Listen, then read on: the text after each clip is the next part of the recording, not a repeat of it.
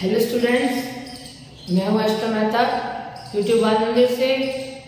और आज मैं आपको व्यवसाय अध्ययन के चैप्टर 4 नियोजन की विशेषताओं के बारे में बताऊंगी। इससे पहले जितने भी वीडियोस आप देख रहे होंगे उसके नोट्स कॉपी कर लेना, क्योंकि नोट्स बहुत ज़्यादा इम्पोर्टेंट होते हैं। एग्जाम में पढ़ने के वही काम आते हैं। सीधा बुक से पढ़ना ज्यादा मुश्किल हो जाएगा, इसलिए नोट्स बराबर आप नोट करते रहेंगे। आज हम पढ़ रहे नियोजन की विशेषताएं। इससे पहले हमने नियोजन के महत्व के बारे में समझा था कि नियोजन क्या होता है और नियोजन क्यों जरूरी है, इसके बारे में पढ़ा था कि नियोजन क्या होता है। नियोजन मतलब होता है कि उद्देश्यों को निर्धारित करना, कार्य को कैसे करना है, कब करना है, ये सब निश्चित करना ही नियोजन कहलाता है। नियोजन मतलब होता है प्लानिंग करना। किसी भी कार्य को करने से पहले हम प्लानिंग करते हैं उस चीज की, वो कार्य कैसे पूरा करेंगे, कब पूरा करेंगे, किस तरह से पूरा करेंगे, कौन पूरा करेगा, इस तरह की पूरी प्लानिंग करते हैं। और ये क्यों जरूरी होता है, इसके मैंने आपको 6-7 पॉइंट भी लिखवाए थे कि हर कार्य जो है, किसी भी कार्य को पूरा करने के लिए नियोजन करना पड़ेगा, क्योंकि नियोजन ही दिशा दिखाता है कि हमें कौन सी दिशा की तरफ जानना है। यानी नियोजन जो है दिशा निर्देश देता है। तो दिशा निर्देश के बिना तो हम आगे नहीं बढ़ सकते, इसलिए नियोजन की मदद से हम एक रास्ता चुन लेते हैं। आज हम नियोजन की विशेषताओं के बारे में पढ़ेंगे।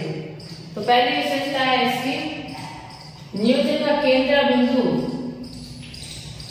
लक्ष्य प्राप्ति होता है। यानी नियोजन का जो मेन काम होता है वो होता है लक्ष्य को प्राप्त करना। नियोजन हम करते ही क्यों है, ताकि किसी भी उद्देश्य को, किसी भी लक्ष्य को प्राप्त कर सके। तो जो नियोजन है वो लक्ष्य प्राप्ति में मदद करता है। नियोजन का हमेशा ही मेन फोकस लक्ष्य की प्राप्ति पर होता है, यानी उद्देश्य की प्राप्ति पर। अब इसमें लिखा है नियोजन उद्देश्यपूर्ण होता है, बिना उद्देश्य के नियोजन करना निरर्थक होता है। हम प्लानिंग तभी कर सकते हैं जब हमारे पास कोई उद्देश्य हो। बिना उद्देश्य के हम कोई प्लानिंग नहीं कर सकते। बिना उद्देश्य के अगर हम प्लानिंग करने लगे तो इस प्लानिंग का कोई मतलब नहीं है, क्योंकि हमें पता ही नहीं कि हमारा क्या सपना है, हमें क्या करना है, हमारा क्या लक्ष्य है।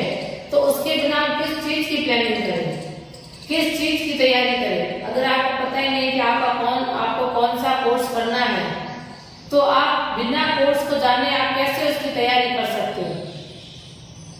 उसी तरह बिना किसी उद्देश्य का पता हुए आप नियोजन नहीं कर सकते, यानी प्लानिंग नहीं कर सकते। नियोजन की सबसे बड़ी विशेषता यही है कि सबसे पहले उद्देश्य होता है, उद्देश्य या लक्ष्य होता है, तभी हम उसका नियोजन करते हैं, तभी इसके लिए हम प्लानिंग करते हैं। बिना उद्देश्य की तो कोई प्लानिंग होती ही नहीं है।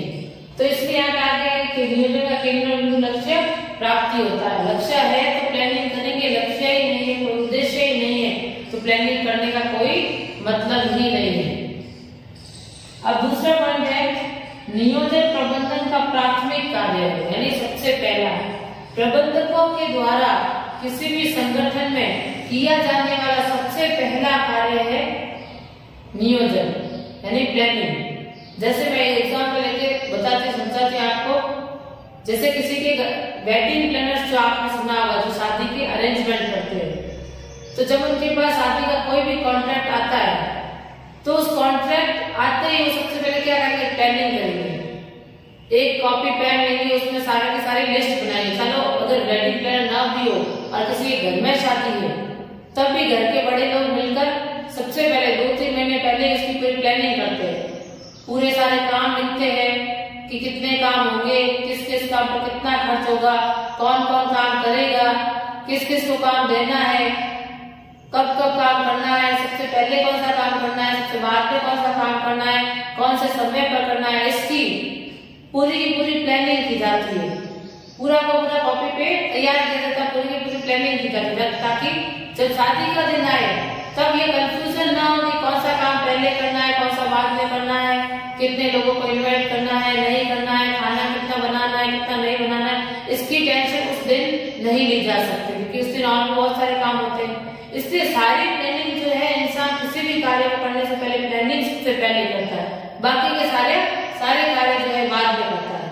तो किसी भी संगठन में भी कोई भी टारगेट लेते हैं, जैसे 6 महीनों का टारगेट लिया कि 1000 प्रोडक्ट्स बनाने हैं या 1000 प्रोडक्ट्स बेचने हैं, तो जब लक्ष्य निर्धारित हो जाता है सबसे पहले प्लानिंग करते हैं कि काम किस तरह से करना है, कैसे करना है, कब करना है, उसके बाद बाकी के सारे कार्य किए जाते हैं। अगर नियोजन या प्लानिंग हम करें ही नहीं, मान लो हमने प्लानिंग की ही नहीं किसी चीज की, ना लक्ष्य निर्धारित हुए, ना टारगेट डिसाइड हुआ, ना प्लानिंग की नहीं, तो बाकी के सारे कार्य किस हिसाब से करेंगे?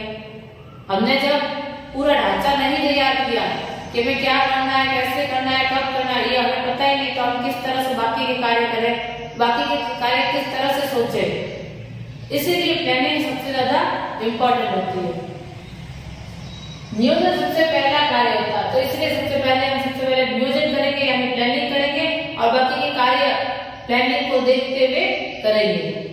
तो जो प्रबंधकों के द्वारा किया जाता है, प्रबंध के विभिन्न कार्य नियोजन के बाद किए जाते हैं। बहुत सारे कार्य होते हैं, इस कार्य के बारे में आपको पता ही है, संगठन है, दूसरा स्टाफिंग था जिसे नियुक्तिकरण कहते हैं, कंट्रोलिंग था, तो बाकी के और भी बहुत सारे जो विभिन्न और भी छोटे मोटे बहुत सारे कार्य होते हैं, वो सारे कार्य हम प्लानिंग के बाद ही करते हैं किसी संगठन में। क्योंकि प्लानिंग में जिस तरह से ढांचा तैयार किया जाता है उस ढांचे को देखते हुए सारे कार्य किए जाते हैं, क्योंकि नियोजन में ही उद्देश्य निर्धारित किए जाते हैं और बाकी के कार्य उद्देश्य पर निर्भर करते हैं। अब प्रबंध के जो विभिन्न कार्य है वो नियोजन के बाद किए जाते हैं। क्यों किए जाते हैं? क्योंकि नियोजन में ही उद्देश्य निर्धारित किए जाते हैं और बाकी के सारे कार्य उद्देश्य पर ही निर्भर करते हैं। हम नियोजन में क्या उद्देश्य निर्धारित करते हैं कि हमारा टारगेट्स क्या है। एक कंपनी ने अपने प्लानिंग में डिसाइड करती है कि उसके टारगेट क्या होंगे, उससे आगे के 6 महीनों में या 1 महीने में या 3 महीने में क्या काम करना है, कैसे करना है, यह सब निर्धारित नियोजन में किया जाता है।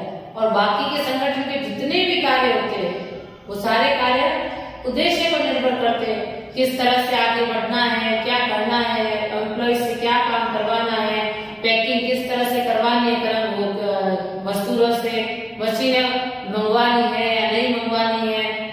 इस तरह का जो पूरा कार्य है, ये पूरे कार्य हमारे लक्ष्यों पर ही आधारित रहते हैं, हमारे उद्देश्यों पर आधारित रहते हैं और नियोजन में ही उद्देश्य निर्धारित होते हैं। इसीलिए नियोजन सबसे पहला कार्य माना जाता है, पहला कार्य किया जाता है।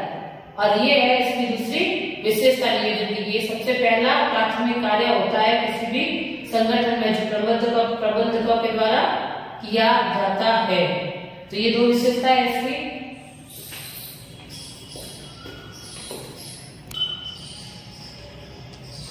अब अगला पॉइंट है नियोजन सर्वव्यापी है, यानी नियोजन हर स्तर पर होता है।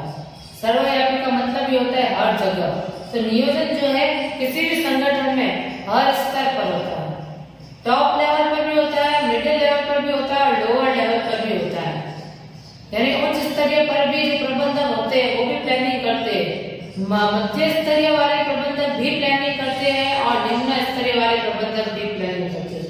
बस प्लानिंग की जो मात्रा है, यानी प्लानिंग कौन ज्यादा करेगा कम करेगा, इसमें फर्क होता है। टॉप लेवल मैनेजर यानी जो उच्च प्रबंधक होते हैं वो सबसे ज्यादा नियोजन करते हैं, वो पूरे संगठन का नियोजन करते हैं। जो उच्च प्रबंधक होते हैं वो पूरे संगठन का नियोजन करते हैं। फिर जो मध्य स्तरीय प्रबंधक होते हैं वो सिर्फ अपने विभाग का नियोजन करते हैं, सिर्फ अपने विभाग का। एक संगठन पूरे का नियोजन उच्च स्तरीय करेंगे, फिर मध्य स्तरीय सिर्फ अपने विभाग का करेंगे और जो निम्न स्तरीय होंगे वो सिर्फ अपने काम का यानी दिन प्रतिदिन के कार्य का ही नियोजन करेंगे। जो दिन रेगुलर जो कार्य होते हैं, जो दिन प्रतिदिन के कार्य होते हैं उनका ही नियोजन करेंगे। यानी जैसे जो सुपरवाइजर होते हैं फैक्ट्री में वो पर डे का नियोजन करते हैं, यानी आज के दिन में कितना काम करवाना है, कैसे करवाना है, बस इतनी प्लानिंग करते हैं। जबकि मध्य स्तरीय जो होते हैं वो पूरे अपने विभाग यानी पूरा सेल्स जो बिक्री विभाग है या जो प्रोडक्शन करने वाला विभाग है, प्रोडक्शन डिपार्टमेंट है, उसका देखेंगे, उसका प्लानिंग करेंगे। और जो उच्च स्तरीय वाले होंगे वो तो पूरे संगठन की ही प्लानिंग करेंगे। तो प्लानिंग हर जगह होती है, हर स्तर पर होती है। नियोजन संस्थानों के सभी विभागों तथा प्रबंधन के सभी स्तरों पर वांछनीय होता है। यह न तो उच्च स्तरीय प्रबंधन का और न ही किसी विशेष विभाग का अनन्य कार्य है। यानी प्लानिंग जो है किसी एक पर्टिकुलर विभाग का कार्य नहीं है, किसी विशेष विभाग का कार्य नहीं है। प्लानिंग तो सबका ही कार्य है। हर प्रबंधक अपने स्तर पर थोड़ी बहुत प्लानिंग तो करता ही है। अब उनके स्तर पर ये डिपेंड करता है कि वो कितनी प्लानिंग करेंगे, कितने ज्यादा लेवल पर करेंगे, कितनी ज्यादा करेंगे। जैसा उनका लेवल होगा, जैसा उनका स्तर होगा, वैसे वो प्लानिंग करेंगे, लेकिन प्लानिंग तो वो करेंगे। इसलिए इस विशेषता में यही है कि नियोजन जो है वो सर्वव्यापी है, यानी नियोजन हर स्तर पर होता है, प्लानिंग हर स्तर पर होती है। अब अगला है नियोजन अविरत है। यहाँ अविरत का मतलब होता है कॉन्टिन्यूस, यानी निरंतर जिसे कहते हैं, यहाँ निरंतर जिसे कहते हैं।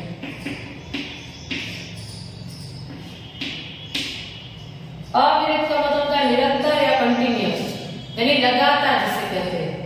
तो नियोजन जो है वो लगातार प्रक्रिया, यानी लगातार होने वाली, ये खत्म नहीं होती है, चलती रहती है। सारी योजना एक विशेष समय के लिए तैयार की जाती है, जैसे 1 महीना, 3 महीना, 1 साल, ऐसे आदि। उस समय के खत्म हो जाने के बाद भविष्य की आवश्यकता अनुसार नई योजना बनाने की आवश्यकता होती है। इस तरह से नियोजन निरंतर प्रक्रिया है। यानी नियोजन में पहले से मैंने आपको बताया था कि समय की पाबंदी होती है, एक फिक्स समय के लिए प्लानिंग की जाती है। उस फिक्स समय खत्म होने के बाद वो प्लानिंग फिर काम की नहीं रहती है कि जैसे 6 महीने का जो टारगेट दिया था 1000 प्रोडक्शन करने का, वो 6 महीनों में जितना भी 1000 प्रोडक्शन किया है, 1100 प्रोडक्शन किया है, 900 प्रोडक्शन किया, जितना भी किया, वो प्लानिंग सब टारगेट और उद्देश्य सब उस 6 महीना के लिए। आगे के समय के लिए फिर से प्लानिंग करनी पड़ेगी, भविष्य को देखते हुए फिर से अनुमान लगाने पड़ेंगे, भविष्य की आवश्यकताओं को देखना पड़ेगा कि भविष्य में किस चीज की ज्यादा डिमांड है, या लोग क्या चाहते हैं, कस्टमर की क्या चॉइस है, प्रोडक्शन किस तरह से करना है। यह सब भविष्य को देखते हुए फिर से एक नई प्लानिंग करनी पड़ेगी। अब मैं इसका आपको एक अच्छा सा एग्जाम्पल लेके बताती हूँ। जैसे आपके जो एग्जाम होते हैं वो हर साल होते हैं, तो आप जो प्लानिंग करते हो, जैसे आपके final exam half yearly exam मान लेते हैं, हाफ ईयरली एग्जाम आने वाले, सबसे पहले आप हाफ ईयरली एग्जाम की तैयारी करते हो, यानी अर्धवार्षिक परीक्षा। अर्धवार्षिक की तैयारी करते हो अच्छे से, जैसे दिसंबर में अर्धवार्षिक परीक्षा होती, तो दिसंबर के हिसाब से आप पूरी तैयारी कर लेते हैं। तो क्या फिर फाइनल एग्जाम की तैयारी नहीं करते? फिर क्या फाइनल एग्जाम की तैयारी आप नहीं करते, उसकी भी प्लानिंग नहीं करते? तो सबसे पहले आप दिसंबर तक एग्जाम की प्लानिंग करते हैं, किस तरह से आपको पढ़ना है, क्या करना है, किस तरह से नोट्स तैयार करने हैं वगैरह करके आप सब दिसंबर तक करते हैं। जैसे ही दिसंबर के एग्जाम खत्म हो जाते, अब उसके बाद आप फाइनल एग्जाम की तैयारी करने लग जाते हैं कि फाइनल एग्जाम में क्या कोर्स आने वाला है, फाइनल एग्जाम में क्या कितने नंबर के पेपर आने वाले हैं, किस तरह के क्वेश्चन आने वाले, उसकी तैयारी करने लग जाते हैं। और जैसे ही फाइनल एग्जाम खत्म हो जाते तो फिर अगले साल के लिए जो अगली क्लास में आप जिसमें प्रमोट होते हो उसकी तैयारी करने लग जाते हो, उसके एग्जाम की प्लानिंग करने लग जाते हो, उसकी तैयारी करने में जुट जाते हो। तो इस तरह से आपकी भी तैयारी देखिए कहीं रुकती नहीं है, लगातार चलती रहती है। एक एग्जाम खत्म होने के बाद दूसरे एग्जाम की तैयारी, दूसरे एग्जाम खत्म होने के बाद तीसरे एग्जाम की तैयारी। तो ये जो प्लानिंग भी इस तरह से लगातार चलती रहती है। एक टारगेट पूरा हो जाता है तो फिर अगले समय के लिए नया टारगेट सेट करते हैं। यानी पहले के 6 महीने में अगर 1000 प्रोडक्शन का टारगेट लिया, वो 6 महीने खत्म हो गए, तो अगले 6 महीने के लिए, अगले 3 महीने के लिए नया टारगेट सेट किया जाएगा। भविष्य का अनुमान लगाने के बाद भविष्य में पहले तो देखेंगे कि बाहर के वातावरण में क्या चल रहा है और भविष्य में क्या हो सकता है, उसका अनुमान लगाते हुए नया टारगेट सेट करेंगे और नया नियोजन करेंगे, नई प्लानिंग तैयार करेंगे, नया ढांचा तैयार करेंगे और उसके हिसाब से कार्य करेंगे। तो इससे पता चलता है कि नियोजन जो है पूरा निरंतर एक प्रक्रिया है, यानी लगातार चलती है, खत्म नहीं होती है। एक समय के बाद हमें वापस नियोजन करना पड़ता है नए समय के लिए, तो ये लगातार चलता रहता है। इसमें भी ये लिखा था कि सारी योजनाएं विशेष समय के लिए तैयार की जाती है, जैसे 1 महीना, 3 महीने या 1 साल, और उस समय के समाप्त होने के बाद भविष्य की आवश्यकताओं को देखते हुए नई योजनाएं बनाई जाती है। इस तरह से नियोजन है वो एक निरंतर प्रक्रिया है, लगातार चलने वाली प्रक्रिया है जो खत्म नहीं होती।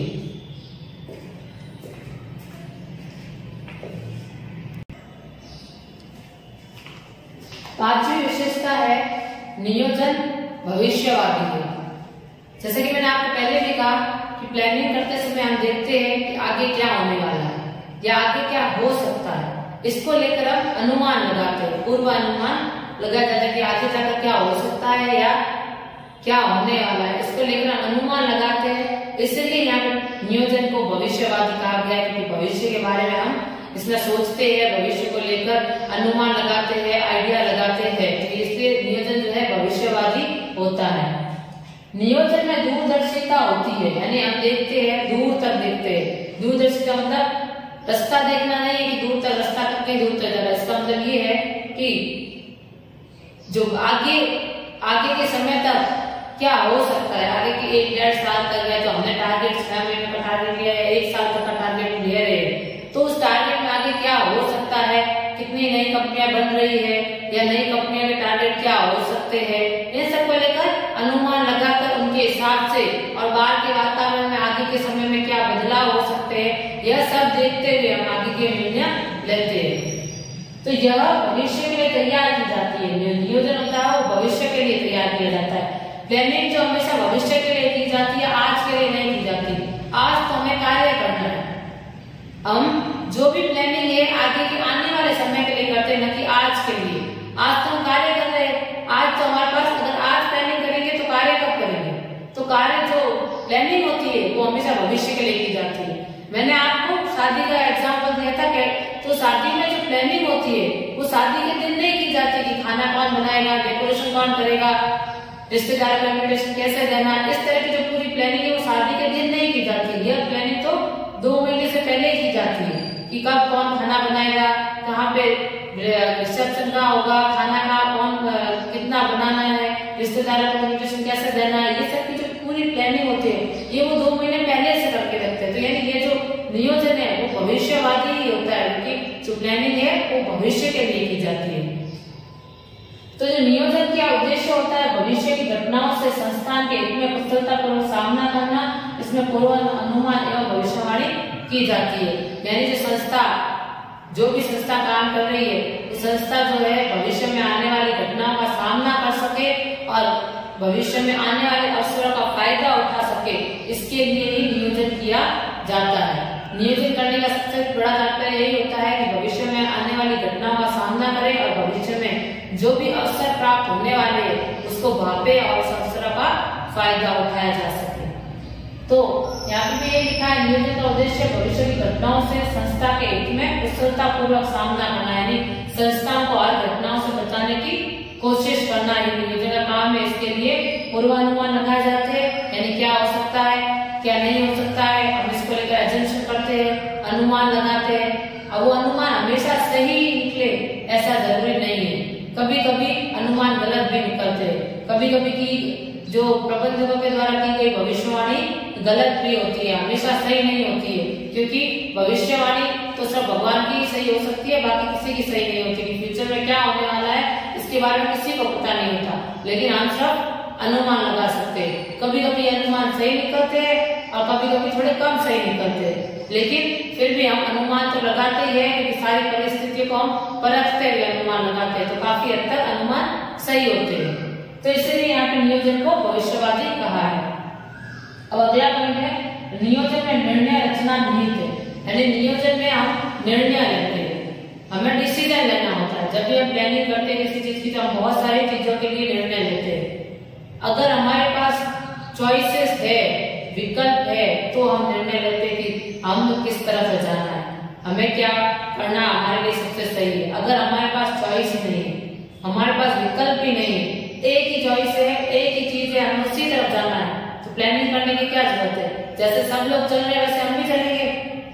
जैसे आगे एक ही रास्ता है तो हमें सोचना क्या है कि उस रास्ते पर चलना है या नहीं चलना, हमें चलना ही पड़ेगा क्योंकि आगे एक ही रास्ता है तो हम उस पर चलेंगे। लेकिन अगर आगे 3 रास्ते होते तो हम सिर्फ 2 मिनट खड़े होकर सोचते कि हमें किस तरफ बढ़ना है और किस तरफ नहीं बढ़ना है, कौन सा रास्ता हमारे लिए सबसे अच्छा है। तो इस तरह संस्थाओं में भी हर काम के जो है बहुत सारे विकल्प होते हैं, कोई भी कार्य करने के लिए अनेक विकल्प होते हैं और सारे विकल्पों को प्रबंधक अच्छे से जांचते परखते हैं और अपनी कंपनी के हिसाब से जो सबसे अच्छा विकल्प होता है उसको चूज करते हैं। तो उस समय वो सबसे अच्छा विकल्प चुनने का निर्णय लेते हैं। इसे नियोजन में निर्णय रचना निर्णय कहा गया है। नियोजन निश्चित रूप से विभिन्न विकल्पों तथा क्रियाओं से सर्वोत्तम विकल्प का चुनाव करता है। नियोजन में जो बहुत सारे विकल्प, विभिन्न विकल्प और विभिन्न क्रियाएं होती है, उसका सबसे बेस्ट वन, सबसे अच्छा तरीका चूज किया जाता है, सिलेक्ट किया जाता है। नियोजन की आवश्यकता केवल उसी समय होती है जहां विकल्प होते हैं। प्लानिंग हम वही करते हैं जहां हमारे पास चॉइसेस होती है, जहां हमारे पास 3-4 तरीके होते हैं काम करने के, तो हम सबसे अच्छा तरीका ढूंढते हैं।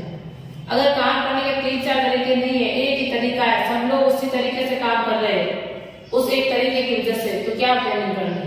जैसे आपके जो अब बहुत सारे कोर्स चलते हैं, आफ्टर 10th के बाद साइंस है, आर्ट्स है, कॉमर्स है, उसके बाद भी आप जो कॉमर्स या साइंस चूज करते हैं उसमें भी और बहुत सारे कोर्सेज होते हैं। तब आप सोचते हो कि हम कौन से कोर्स में जाए, कौन सा कोर्स हमारे लिए सबसे अच्छा है, किस तरह से उस कोर्स की तैयारी करनी है, इस सब के बारे में आप पहले सोचते हो। लेकिन ये सब सारे कोर्स होते ही नहीं, सिर्फ एक कोर्स होता, तो फिर सब लोग वही कोर्स कर रहे होते, तो आपको क्या सोचने की जरूरत होती है कि हम करें या नहीं करें। करना ही है, एक ही कोर्स है तो उसी राह पर चलना है, तो उसके लिए आप प्लानिंग इतनी नहीं करते। प्लानिंग करने की जरूरत ही नहीं, जैसे सब चल रहे वैसे ही चलना पड़ता। लेकिन आज इतने सारे कोर्सेज आ गए, तो सारे बच्चे आफ्टर 10th के बाद सोचते हैं कि हमें किस तरह दिशा की तरफ जाना है, कौन सी दिशा हमारे लिए सबसे अच्छी है, कौन सा कोर्स हमारे लिए अच्छा है, हमारे भविष्य में काम आएगा। ये सब सोचने के लिए पहले से थोड़ी बहुत प्लानिंग करते हैं। तो प्लानिंग वही की जा सकती है जहाँ पे विकल्प होते हैं, और जहाँ पे विकल्प होते हैं वहाँ पे निर्णय लेने की आवश्यकता होती है। इसलिए यहाँ पे नियोजन में निर्णय रचना निहित है कहा है।